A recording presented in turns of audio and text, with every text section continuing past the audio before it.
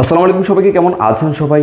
আশা করি ভালো আছেন। আমাদের কিছু প্লেয়ার রয়েছে ঘরোয়া ক্রিকেটে, যাদেরকে আমরা ভালোভাবে ব্যবহার করতে না পারার কারণেই দিন শেষে যখন তাদের যে সেরাটা, যে ভালো পারফরমেন্সটা দেওয়ার সময় আসে, তখন আমরা তাদেরকে হারিয়ে ফেলি।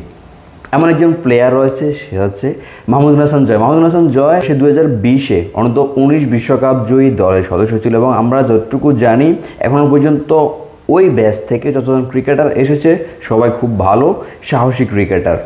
তাওহিদ হৃদয়, শরীফুল ইসলাম, তাজিন হাসান তামিম, পারভেজ হোসেন ইমন, এরা সবাই কিন্তু ওই ব্যাচেরই। তো ওই জায়গাতে আমরা একজন ওপেনার বা টপ অর্ডারের ব্যাটসম্যান মাহমুদুল হাসান জয়কে কিন্তু মিস করছি এই জায়গাটাতে। আমরা তাই কিন্তু একজন টেস্ট স্পেশালিস্ট হিসেবে জানি এবং আমরা টেস্টে তাকে ভালোভাবে ব্যবহার করছি। যদিও সাদা বলের ক্রিকেটও সে অসাধারণ খেলে থাকে ঘরোয়া ক্রিকেটে। যদি ছোট্ট করে তার ঘরোয়া ক্রিকেটে পারফরমেন্স দেখি, সেখানে আমরা দেখব ফার্স্ট ক্লাসে যেখানে তার গড় 28, সে কিন্তু টেস্ট স্পেশালিস্ট। ফার্স্ট ক্লাসে তার গড় 28, কিন্তু লিস্ট এ ক্যারিয়ারে তার গড় 35। অর্থাৎ সাদা বলের ক্রিকেটে তার গড়টি কিন্তু ভালো। যদি আমরা বিপিএলে পারফরমেন্স দেখি সেখানেও ঠিক একই, এবং সব মিলিয়ে তার টি20 যদি পারফরমেন্স দেখে থাকি সেখানে কিন্তু আমরা দেখব মাহমুদুল হাসান জয় সাদা বলের ক্রিকেটেই ভালো খেলে থাকি, কিন্তু আমরা তাকে ব্যবহার করে থাকি লাল বলের ক্রিকেটে। এটি হচ্ছে আমাদের ভুলটি, আমাদের একজন প্লেয়ারকে রিড করার যে ভুলটি। সর্বশেষ বিপিএলে রাজশাহীর ম্যানেজমেন্ট থেকে তাদের প্রধান কোচ বলেছিলেন মাহমুদুল হাসান জয় এক পর্যায়ে কান্না করেছিলেন ম্যাচ খেলতে না পারায়। আপনি আশ্চর্য হবেন, মাহমুদুল হাসান জয় অনূর্ধ্ব-19 এই বিশ্বকাপের কথা বলছিলাম, 2020 সালের যে বিশ্বকাপের সেমিফাইনালে নিউজিল্যান্ডের বিপক্ষে তার কিন্তু একটা সেঞ্চুরি রয়েছে। সে যাই হোক, বর্তমানে আসি, যেখানে মাহমুদুল হাসান জয় একটি ম্যাচ খেলার জন্য গত বিপিএলে ম্যানেজমেন্টের কাছে কান্না করেছিল এবং ম্যানেজমেন্ট এটি অজুহাত দিয়েছিল যে তাদের দলের যে কম্বিনেশন সেখানে মাহমুদুল হাসান জয় জায়গা পাচ্ছিল না। অর্থাৎ গত বিপিএলে মাহমুদুল হাসান জয় তার সেরাটা দেওয়ার সুযোগটি পায়নি। সে মাহমুদুল হাসান জয় এবারের বিপিএলের আগে ন্যাশনাল লিগ টি20 ক্রিকেটে অসাধারণ ছন্দে রয়েছে।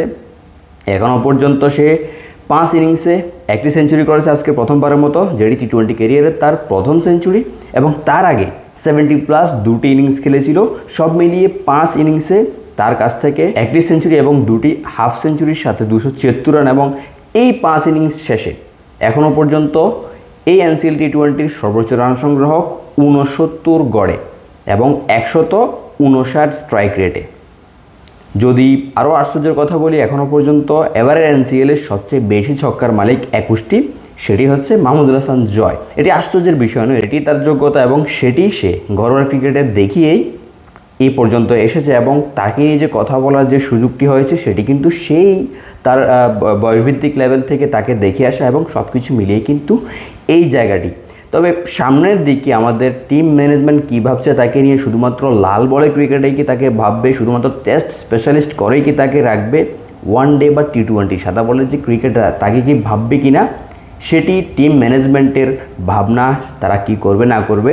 তবে যেই ধাঁচে সে এগিয়ে যাচ্ছে, গতবার বিপিএলে একটি ম্যাচও খেলতে না পারে যে দুঃখটি মাহমুদুল হাসান জয় পেয়েছিল, সেটিকে সামনে রেখে এবং সামনের বিপিএলকে সামনে রেখে সে যেভাবে ব্যাট চালিয়ে যাচ্ছে, আমি ওই দিন ছোট্ট একটি ভিডিওতে বলেছিলাম, যদিও আমার ভিডিও কেই বা দেখে, যে তার যে রিস্ট পাওয়ার, তার যে বল প্লেসমেন্টের সক্ষমতা, তার যে বুদ্ধিমত্তা খাটিয়ে ওই দিন যে আমরা সাইফ হাসানের যে 6টি শ্রীলঙ্কার বিপক্ষে সে হাঁকিয়েছিল দুবাই স্টেডিয়ামে, সেই 6টি দেখে আমরা আশ্চর্য হয়েছিলাম। এখনও পর্যন্ত যে 21টি ছক্কা মাহমুদুল হাসান জয় এবারের এনসিএল টি20-তে মেরেছে, সেখানে কিন্তু বেশ কয়েকটি ছক্কা কিন্তু এভাবে রিস্ট পাওয়ারেই সে ফ্লিক অফ দ্য রিস্টে বাউন্ডারির বাইরে পাঠিয়েছে। তো সব মিলিয়ে যেটি বলতে চাইছি সেটি হচ্ছে মাহমুদুল হাসান জয়ের দিকে তাকানোর সময় এসে গিয়েছে সাদা বলের ক্রিকেটে।